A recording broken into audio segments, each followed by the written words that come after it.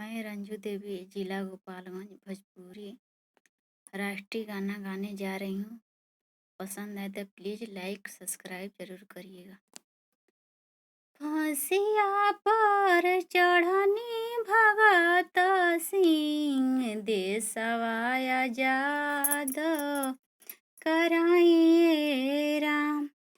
फांसिया पर चढ़नी भगत सिंह देशवा आजाद कराइए राम।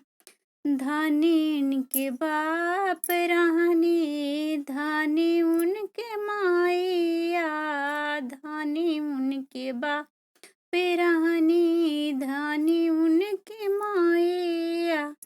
सब लोग के जगवानी भगत सिंह देशवा आजाद कराइए राम।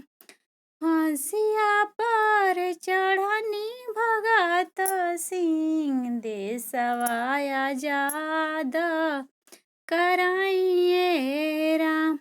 जब जब याद आवे उनके सुरतिया, जब जब याद आवे उनके सुरतिया।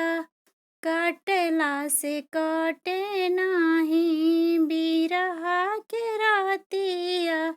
सब लोग के जगवानी भगत सिंह देशवा आजाद कराइए राम।